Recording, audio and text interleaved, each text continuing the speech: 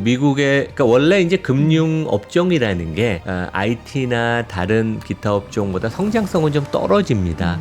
왜냐하면 규제 산업이고 네. 그다음에 IT가 발전을 하면서 금융의 역할이 점점점 줄어들죠. 그래서 이제 금융업종은 성장, 기업이익 증가율은 높지 않은 대신 버는 돈의 상당히 많은 부분을 주주하는 환원하는 걸로 원래 항상 그렇게 인식이 돼 있죠. 근데 이제 미국도 주주를 위해서 우리는 돈을 돌려준다. 그래서 배당도 늘리고 자기 주식을 사서 소각하는 것도 적극적으로 하겠다. 그래서 금융주가 흐름이 상당히 계속 좋습니다.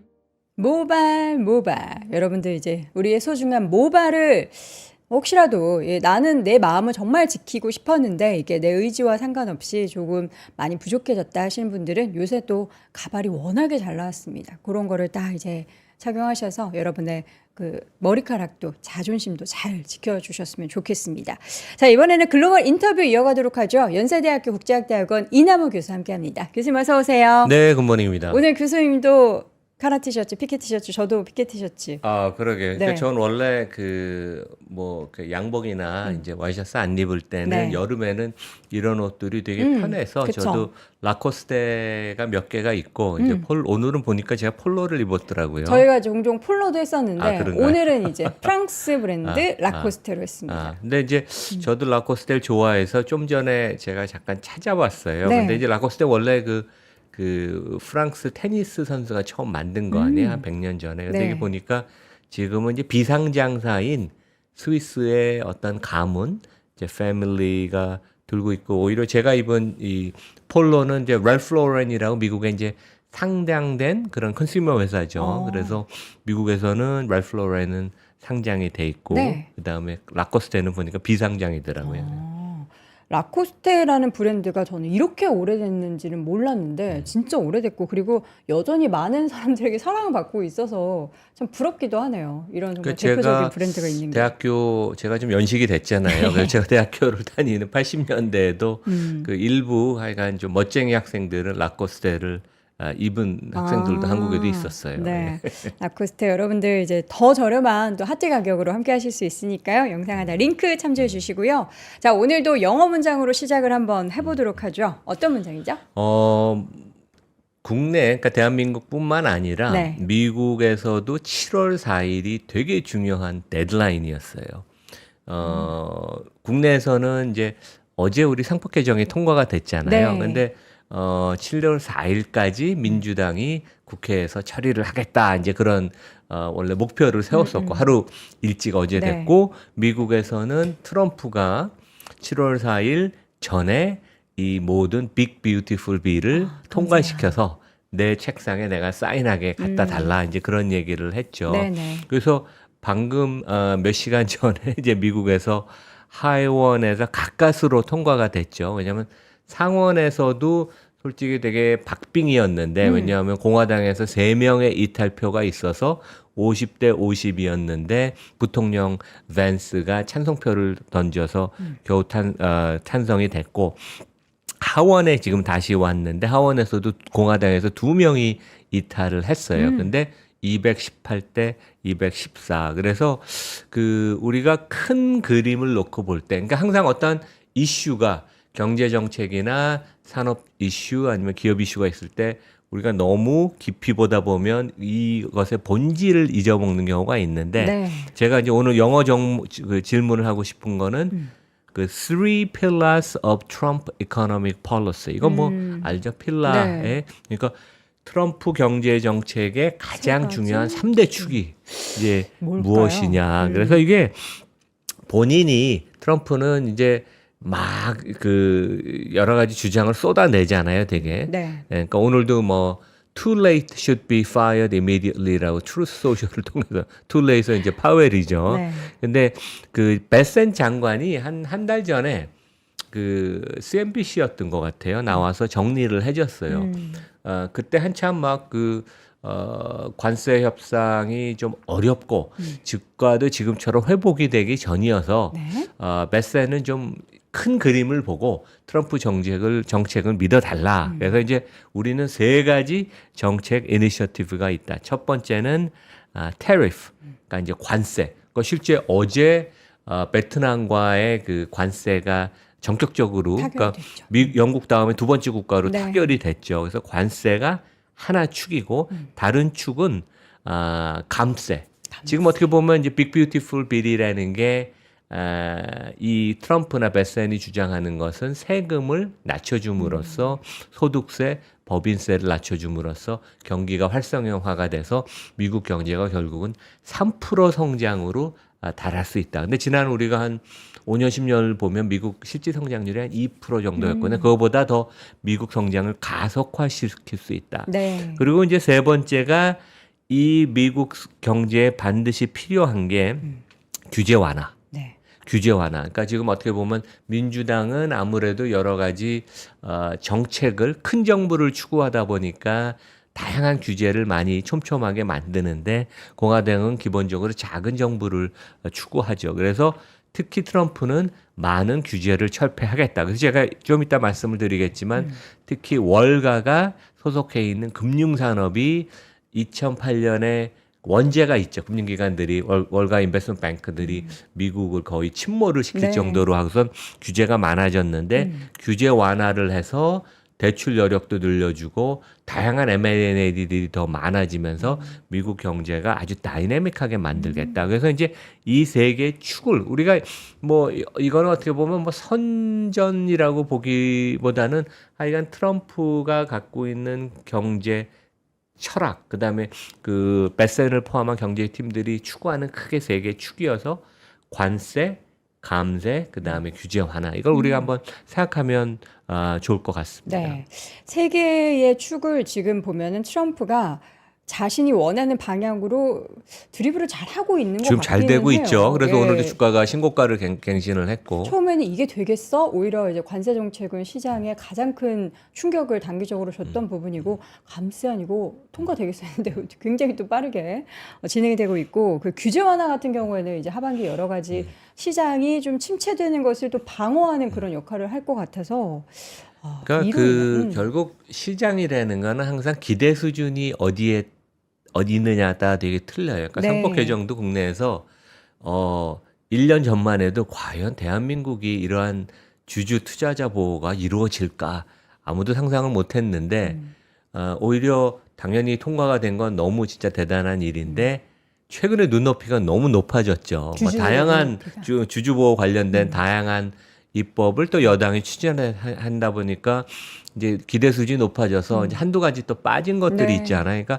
미국도 그런 것 같아요. 되게 처음에는 너무 이제 이런 것에 대해서 좀 부정적이다가 네. 최근에 이제 눈높이가 바뀌어서 영국이 무역 협정을 하고 베트남이 하고 지금 대한민국하고 일본은 조금 뒤로 처져 있답니다. 그래서 다음에 무역 협정, 관세 협정을 지금 체결할 나라로 지금 대기 순위에 올라와 있는 데가 인도, 대만. 근데 뭐 둘 다 되게 중요한 국가고 그래서 하여간 우리 대한민국도 빨리 미국과 이제 협상을 마무리하면 좋겠습니다. 네. 자, 그렇다면 이제 또 그 외에도 오늘 또 짚어볼 만한 굵직한 이슈들 확인을 해보도록 하죠. 그 최근에 뭐 외국 자금이 한국에도 많이 들어오는 게 국내가 이제 우리가 좀 잘하는 그런 이슈도 있지만 네. 전 세계적으로 탈달러 그런 흐름이 있어서 제가 전에도 말씀드렸지만 4월에 일본 주식으로 외국 자금이 36조 원 한 달 유입됐다는 얘기도 했었죠. 네. 우리가 뭐 6월 달에 한 6조 원 정도 유입이 됐나요? 근데 이제 유럽이 증시가 화랑이면서 동시에 우리가 이제 항상 투자를 놓고 볼 때 기업 측면에서 보면 자본 구조, 캐피털 스트럭처라고 보는데 가장 그 리스크가 큰 게 주식이죠. 네. 그 주식 바로 위가 이제 채권, 정크본드 같은 건데 최근에 보면 유럽의 정크본드 시장이 화랑이다. 특히 발행 시장도 되게 화랑이고 그래서 네. 그 이건 어떻게 보면 이제 미국 내에 머물러 있던 자금들이 유럽으로 유입이 되면서 주식도 사고 정크본드도 사고 그래서 정크본드 시장이 화랑이라면 보통 금리가 한 8% 정도가 넘죠. 그래서 좀 신용 등급이 떨어지는 기업들도 뭐 웬만한 금리로 차입을 해서 되게 성장에 투자를 할 수 있으니까 되게 좋은 청신호다. 이제 그렇게 볼 수가 있습니다. 그리고 이제 산업 기업 뉴스로는 아까 이제 규제 완화의 연장성상에서 그 미국 그 페드가 금융사들에 대해서 부과하는 스트레스 테스트라고 그러죠. 그러니까 자본 요건을 충족시켜야 되는 그 미니멈 조건들인데 그걸 되게 완화해줬어요. 시장이 기대감이 되게 많았습니다. 네. 그래서 이 완화되는 부분을 미국 그 월가 투자은행이나 그 상업은행들이 배당 주주환원에 자사주 매입 소각에 쓸 수 있다. 그래서 대한민국의 우리 금융지주사들도 작년 이후로 계속 그 주주환원을 많이 해서 여러 가지 좋은 모습을 보이잖아요. 근데 미국도 이제 그러한 모습을 보이고 있다. 그 다음에 테슬라 실적 발표됐는데 뭐 그 얘기보다는 테슬라가 어렵지만 중국의 샤오미, BYD 실적도 좋고 그다음에 시총 주가도 되게 좋아서 그쵸. 샤오미는 최근 신고가를 이번 주에 갱신을 했죠. 그래서 그다음에 이제 마지막으로 네. AI가 이제 1년 전만 해도 우리 AI가 과연 효과가 있나에 대해서 의심을 많이 했는데 지금은 그것에 대해서 의심하는 데는 없는 것 같아요. 그리고 AI를 추진하겠다는 강력한 그 M7 회사들, 특히 마이크로소프트가 선두 주자 중에 하나였는데 결국 AI에 대한 포커스, 그 다음에 그것을 뒷받침하기 위해서 설비 투자를 많이 하다 보니까 결국 그 인원을 대가로 줄이는 게 아닌가. 그래서 이번에 상당히 한 9천 명의 인원을 해고한다고. 그 중에 한 40%가 또 소프트웨어 엔지니어, 코딩을 하는. 그래서 이러한 모습이 마이크로소프트에도 목격이 되고 아마존에서는 최근에 그 사람 인원 직원들 수보다 로봇 수가 더 많아졌다고 100만 합니다. 그래갖고 이제 이런 것들이 큰 어떤 흐름이라고 우리가 볼 수 있겠습니다. 네. 자, 그러면 내용을 하나씩 또 자세하게 들여다보도록 하겠습니다. 저희가 앞서서 트럼프 행정부의 가장 큰 현재 경제정책의 3대 촉이 관세, 감세, 그리고 규제 완화라고 말씀을 드렸는데 일단은 감세 부분에 있어서 세금이나 효과가 중산층 이상에 집중이 돼 있다. 이게 그 어떤 트럼프가 아마 영향일까요? 당선이 됐던 가장 큰 원인 중에 하나가 중산층들이 개인적으로는 마음속으로는 트럼프를 그렇게 지지하지는 않지만 감세를 하면 나한테 결국은 좋은 게 경제적 이득. 아니냐 그러한 이제 선택을 했는데 네. 실제 이번에도 입법화 과정에서 공화당에서 의원들의 이탈이 있었던 것 중에 가장 큰 게 결국 이 그 빅 뷰티풀 빌이 통과가 되면 네. 혜택을 입는 것은 중산층 이상, 특히 부자들이고 네. 피해를 입는 것은 그 서민들이다. 이제 그런 얘기를 했는데 월스트리트 저널을 포함한 유수의 언론들 여기는 이제 파이낸셜 타임스 제가 데이터를 갖고 왔는데 네. 정리를 해줬어요. 그래서 이 빅 뷰티풀 빌이 돼서 감세가 되고 그 대신 그 메디케이드나 이러한 그 사회 보장성 혜택들이 많이 줄어들어서 네. 실제 미국에서 소득 기준으로 하위 20% 그러니까 좀 어려운 서민들이죠. 이분들은 1년에 실질적으로 소득이 $560 감소하는 그러한 효과가 있다. 그러니까 실제 560달러면 한 80만 원쯤 되는 네네. 돈이죠. 그래서 이분들은 오히려 실질적으로 손해다. 그리고 이제 그것보다 한 단계 높은 하위 60%에서 80%군은 한 10% 정도 마이너스 효과가 있고 상위 20%는 한 6,000달러 절세 효과, 세금이 줄어드는 그런 효과가 있고 다음 놀라운 것은 상위 1%, 그러니까 미국의 진짜 부자죠. 그래서 상위 1%는 연소득이 부부 합산 기준으로 한 65만 달러쯤 됩니다. 근데 상위 1%는 32,000달러 정도 세금 절세 효과가 있으니까 진짜 서민들은 허리띠를 더 쫄라매야 되고 중산층 이상, 특히 상위 20%는 세금 혜택의 효과를 봐서 이제 중산층 이상이 세금이 절세가 되면 소비로 좀 연결이 되니까 이제 경제가 좀 더 돌아갈 거다, 가속화될 것이다 이제 그런 주장을 하는데 실제 하여간 소득 분배라는 측면에 있어서는 그 공화당에서 의원들이 이탈표가 몇 명씩 있었던 게 우리가 이해를 할 수 있지 않나 이제 그렇게 볼 수 있겠습니다. 네. 지금 결국에는 뭐 선택을 해야겠지만 서민층들에 대한 뭔가 지원이나 혜택보다는 중산층, 표심을 자극하기 위한 그런 정책을 지금 계속해서 펼치고 있다라는 어떻게 보면 좀 씁쓸하지만 예, 또 경제적인 부분에 있어서는 또 핵심 허리를 맡고 있는 층이 중산층이기 때문에 이런 부분도 시장에 영향을 좀 미치고 있고요. 그러니까 공화당 의원들 중에 그 나름 반대표를 던진 네. 사람들은 어떻게 보면 또 자기 소신들이 근데 이제 되게 그런 사람들은 이제 그 자기 정치 텃밭이 민주당이 강한 그러니까 자기들이 이제 정치적으로 공격을 당할 가능성이 있으니까 이제 목소리를 내서 이제 반대표를 던졌지만 여전히 하여간 상원, 하원 다 통과됐다. 이제 우리가 그렇게 볼 수 있겠습니다. 네. 자, 이어서 탈달러화 흐름이 나타나고 있다는 건 사실 작년 말부터 이 얘기가 있었고 트럼프 행정부 들어서면서 트럼프 자체에 대한 불확실성이 커서 그게 더 가속화됐다라고는 하는데 근데 실제로 물론 이제 빠져나가기는 했겠지만 그렇게 빠져나갔음에도 불구하고 미증시가 이렇게 사상 최고가 경신하는 게 경이로워요. 그러니까 그러니까 그 경이롭다는 네. 표현이 되게 맞는데 미국에 투자하는 사람들은 그런 것 같아요. 그러니까 탈달러화가 돼서 수급 측면에서도 여러 가지 어렵고 이제 그런 것들이 있어서 미국 주식을 좀 많이 줄이고 아마 국내 투자가분들도 그런 분들이 있을 것 같았는데 실제 미국의 이제 수급이 계속 좋았던 이유는 2분기에도 미국 기업들은 그냥 기본적으로 자사주 매입을 공격적으로 엄청 많이 하잖아요. 그 대부분을 소각을 하고 그래서 프로그램에 의해서 주가가 하락을 하니까 좀 더 적극적으로 낮은 가격에 낮은 밸류에이션에 꾸준히 주식을 사서 자기 회사 주식을 사서 소각을 함으로써 주식 수급이 개선된 것도 있고 그다음에 이제 2분기 실적이 상당히 좋을 것 같아요. 제가 지난주에도 얘기를 했지만 특히 M7을 중심으로 실적이 좋은 거 아니냐. 그래서 어떻게 보면 이 미국 주가에 대해서 부정적인 투자가가 더 많으면 많을수록 주가는 더 거세게 올라가는 그런 모습을 보여서 되게 약간 재미있는 모습인데 약간 큰 흐름은 여전히 미국 달러에서 유럽이나 아시아로 조금 다이버시파이 다변화를 시켜야 되는 게 아닌가. 그리고 실제 코스피 그다음에 뭐 아시아 증시들도 이제 그러한 혜택을 입었죠. 그래서 이게 파이낸셜 타임스에서 꽤 큰 뉴스였는데 여기 이제 그림 보시는 게 우리가 보통 호화 크루즈를 하는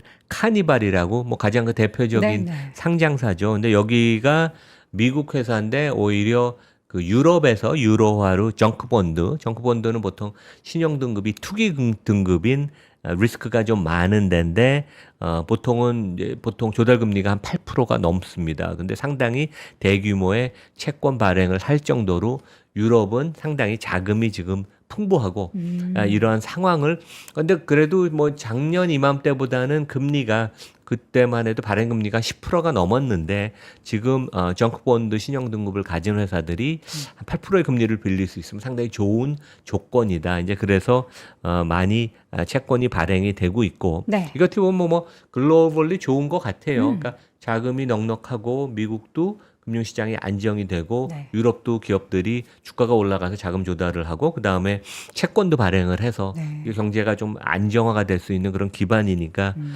좋은 거고 실제 다음 페이지를 보면 월별 기준으로 2006년부터 그 유럽의 정크본드 발행 규모인데 지금 가장 최근 달 6월 달에 이 막대 그래프가 그냥 아주 치솟은 것을 볼 수 있죠. 한 230억 유로. 그러니까 우리 돈으로 한 35조 원 되는 그 금액의 정크본드 한 달 네. 6월에만 유럽 채권 시장에서 발행이 됐다. 그러니까 이제 이게 어떻게 보면 아까 말씀드린 것처럼 투자를 놓고 볼 때 가장 그 기업들의 그 재무 구조를 볼 때 가장 그 리스크가 큰 게 주식 그 위가 정크본드인데 이제 주식도 하락이지만 정크본드도 상당히 시장이 좋다. 이제 그런 말씀을 드리겠습니다. 네.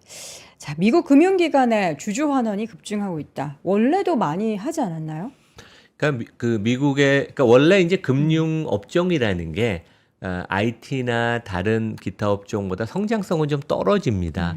왜냐하면 규제 산업이고 네. 그다음에 IT가 발전을 하면서 금융의 역할이 점점점 줄어들죠. 그러니까 최근에도 보면 뭐 대한민국에도 뭐 토스 같은 회사도 생겨서 많은 투자가들이 그쪽 가서 거래하고 그러잖아요. 네.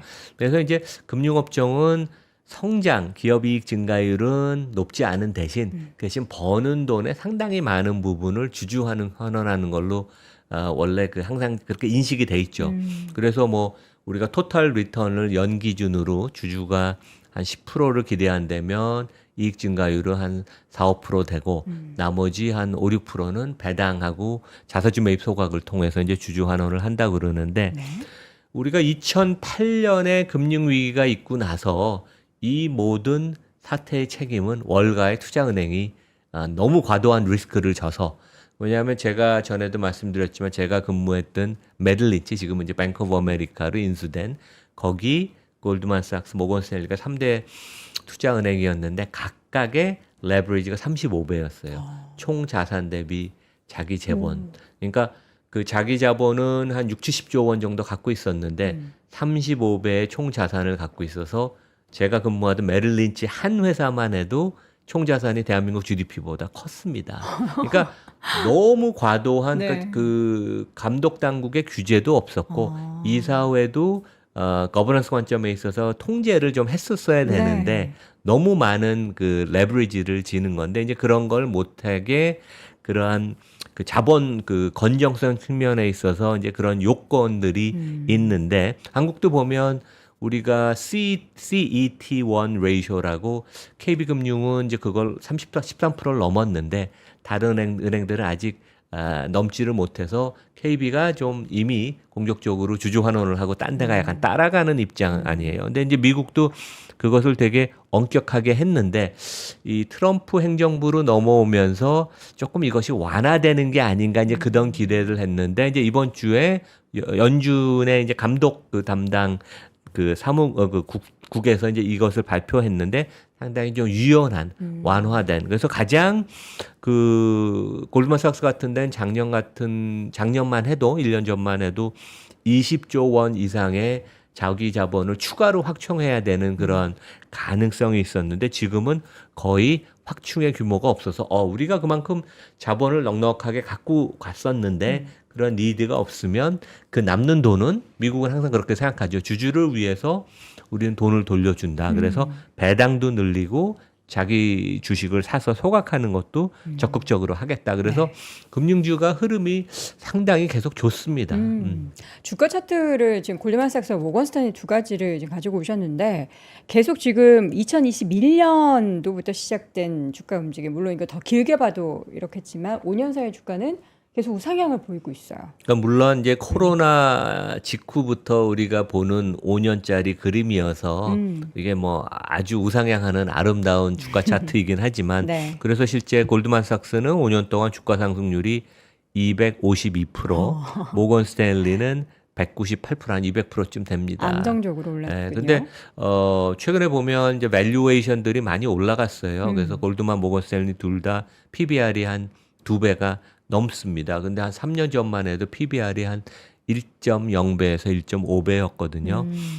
근데 하여간 이러한 규제 완화, 그러니까 이제 지금 트럼프 정책의 가장 파워풀한 그 핵심 요소 중에 하나가 규제 완화예요. 네. 그래서 가장 혜택을 많이 입는 게 금융기관이고, 그리고 이제 규제 완화가 되면 M&A 같은 거 딜도 되게 많이 활성화될 걸 기대해서 M&A 딜을 주선하는 게 누군가요?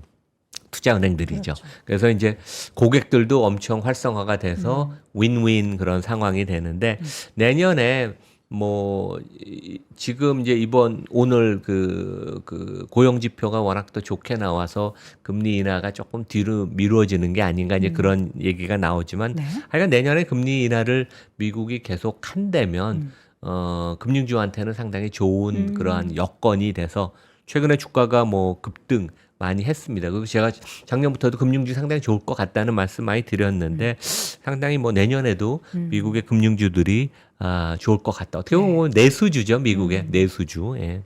그 은행들이 한 번씩 스트레스 테스트를 연마다 받잖아요. 그때마다 이제 또 약간 중소형 은행 관련한 얘기들이 또 시장에서 전해지면서 우려감이 있곤 했었는데 규제 완화되면 뭐 이런 스트레스 테스트 같은 경우에도 좀 규제가 더 예. 완화되나요? 그러니까 저도 이번에 조건을 처음 상세하게 봤어요. 그래서 이제 이번에 했던 것은 이제 대형 은행들에 네. 대한 스트레스 테스트만 먼저 발표를 한 거고. 그래서 이제 이런 시나리오를 놓고 이런 경우에 최악의 경우가 되면 은행들이 얼마만큼 버틸 수 있느냐 이제 그것을 보는데 조건들이 재미있습니다. 첫 번째는 미국 경제 성장이 8% 감소. 그러니까 미국이 실제 경장률이 8% 감소하는 그런 상황.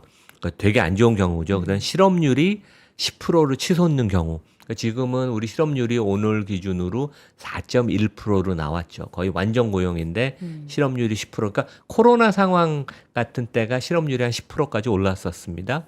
그리고 이건 되게 더 과격한데 집값이 33% 하락하고 상업용 건물들, 빌딩들의 가격이 30% 하락. 근데 이제 보통 집이라는 것은 장기 투자를 하고 변동성이 낮기 때문에 네. 유가증권 주가보다 이게 집값이 우리가 거주하는 집값이 33% 하락이라는 건 진짜 크게 100년에 한 번 발생할까 맞아요, 말까 맞아요. 이제 그런 상황인데 그러니까 이러한 아주 그 까다로운 현실적으로 가능성은 없지만 되게 아주 안 좋은 상황에서 은행들이 그래도 버틸 수 있느냐 이제 그것을 테스트하는 게 스트레스 테스트고 그만큼 자기 자본을 이런 경우에도 살아남을 정도로 자기 자본을 확충해야 되는데 이번에 그걸 완화하니까 남는 자본은 CEO와 이사회는 주주 환원을 하겠다 이제 그래서 이제 다음 페이지 보시면 그 여기 표인데 특히 골드만삭스의 자기 자본 요건 이 빨간 선인데 급격하게 내려오는 그러니까 네. 이제 그만큼 이제 여유 자본이 생겨서 주주 환원을 한다는 것이고 다음 페이지 보시면 골드만삭스가 이제 배당 이번 2분기에 33% 증가한다. 그다음에 월스파고가 13% 증가한다. 그다음에 나머지 투자은행 뭐 시티 골드만삭스, 시티, 모건 스탠리, 뱅크 오브 아메리카는 한 7에서 한 10% 정도 배당을 증가한다. 그래서 주주 입장에서는 이 배당이 되게 중요한 나의 투자 리턴의 소스인데 배당을 이렇게 많이 늘린다는 것은 되게 호재고 상당히 이런 부분은 이미 반영이 됐습니다. 근데 하여간 트럼프가 경제 정책의 3대 축 중에 하나인 규제 완화의 가장 큰 혜택을 입을 게 금융 기관이기 때문에 안정적인 성장을 올 하반기 내년에도 보일 가능성이 있다고 보입니다. 알겠습니다.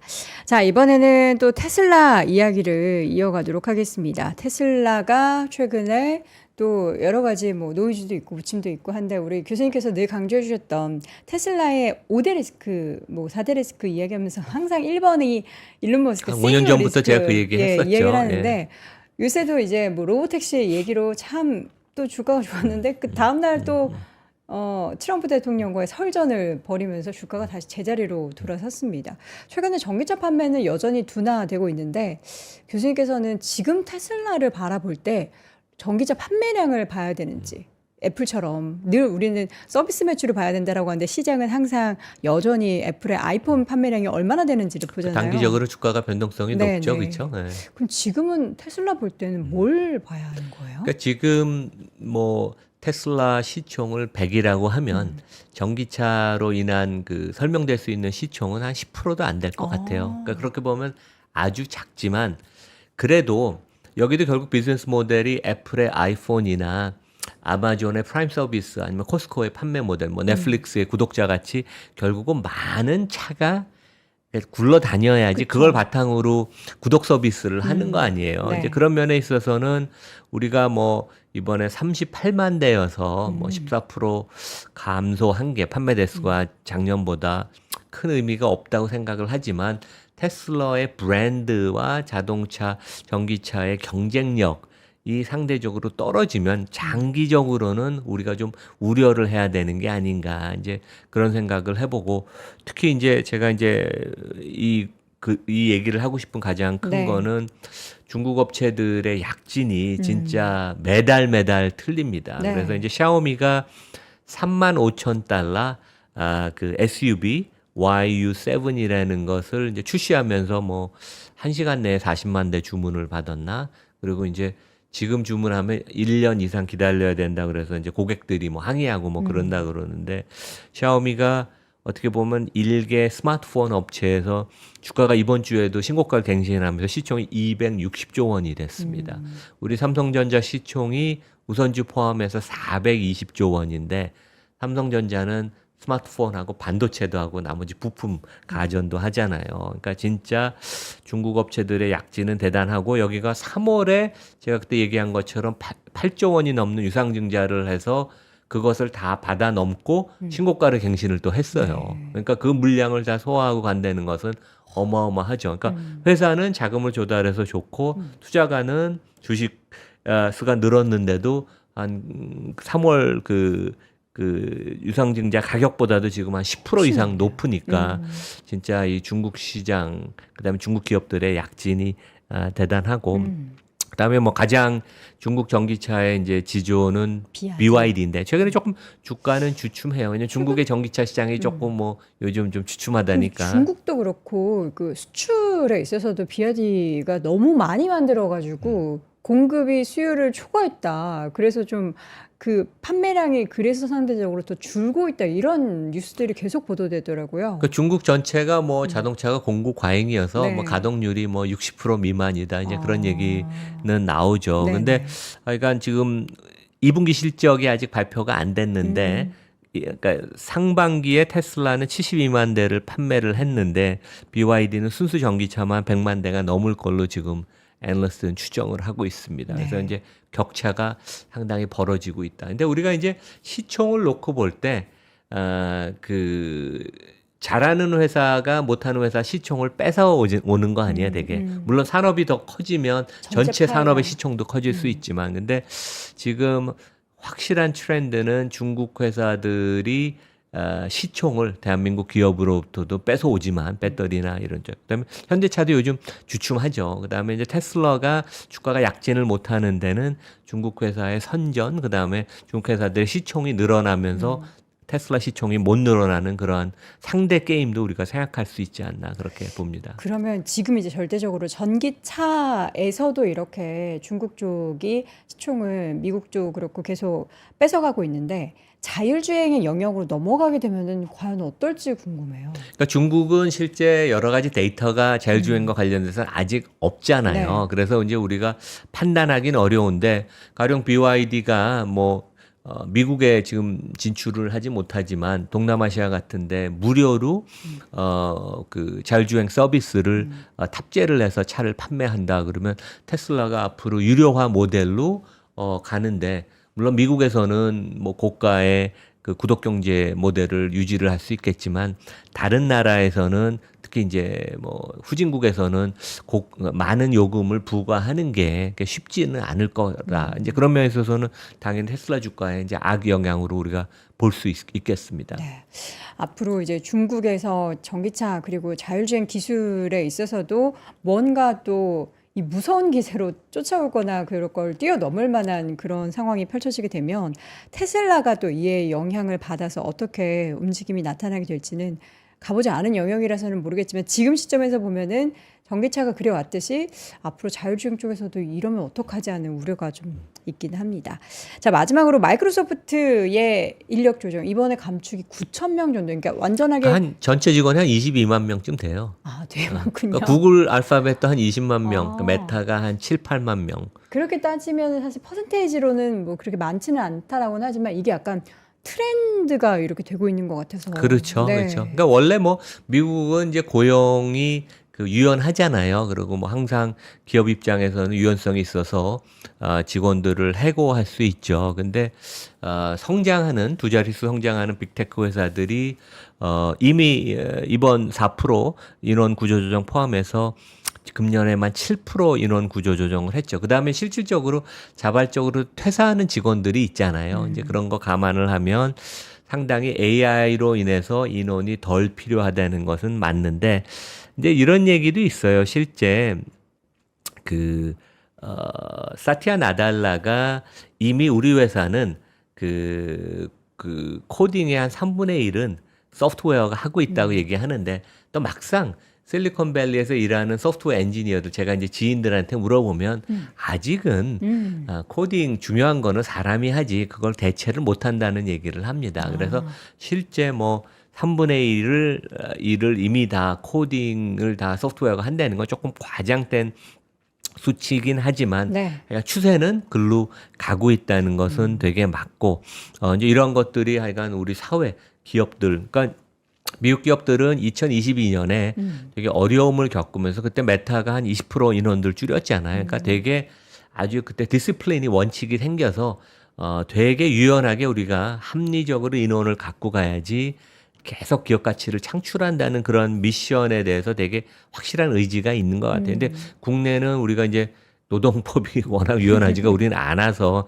그런 이제 기업들이 조금 이제 어려움이 되게 있죠. 그리고 네. 이제 마지막으로 아마존도 또 이런 얘기를 해요. 최근에 우리 그 웨어하우스 이런 데에서 보면 하여간 로봇가 100만 개가 이제 이미 넘었다. 그래갖고 여기 보면 월스트리트 저널에 나온 그림인데 오른쪽에 보면 네. 그 퍼실리티당 그 아마존의 그 직원의 그 규모. 그러니까 코로나 한참일 때 한 1,000명을 찍었는데 퍼실리티 그 장소 하나당. 네. 근데 지금은 한 600명 정도로 40% 감소를 했고 40%나. 그러니까 그다음에 오른쪽을 보면 아마존 종업원 한 명당 핸들링 할 수 있는 패키지의 그 수인데 지금 뭐 어마어마하게 지금 급증을 하는. 그러니까 이게 이제 다 자동화 로봇의 힘이죠. 그래서 확실히 많은 부분은 인력을 대체를 하고 있고 이제 이게 이제 큰 변화다. 뭐 대한민국도 우리 로봇을 가장 많이 쓰는 제조 공정에서 네네. 쓰는 그런 나라로 우리도 되게 뭐 손꼽히는데 미국도 하여간 앞서가는 기업들은 이러한 변화가 있다고 보입니다. 인력 감축과 그리고 로봇에 그리고 자동화 그리고 AI 이러한 신기술이 계속해서 인력 시장에 대한 파일을 인간의 파일을 뺏어가고 있다는 것에 대해서도 우리가 또 다양한 생각을 할 수 있겠는데 투자적인 관점에 있어서는 그렇다면 관련된 기업에 있어서의 모멘텀은 지금부터 더 확장되지 않을까도 생각을 해볼 수가 있겠습니다. 자, 이렇게 해서 오늘 글로벌 인터뷰 함께 했고요. 연세대학교 국제학대학원 이남우 교수와 함께 했습니다. 교수님 고맙습니다. 네, 감사합니다. 자, 제가 어제부터 딱 한 자리 남았다라고 말씀드렸던 그랜드 드림 투어 아직까지 그 한 자리의 주인공이 정해지지 않았습니다. 여러분들 고민하지 마십시오.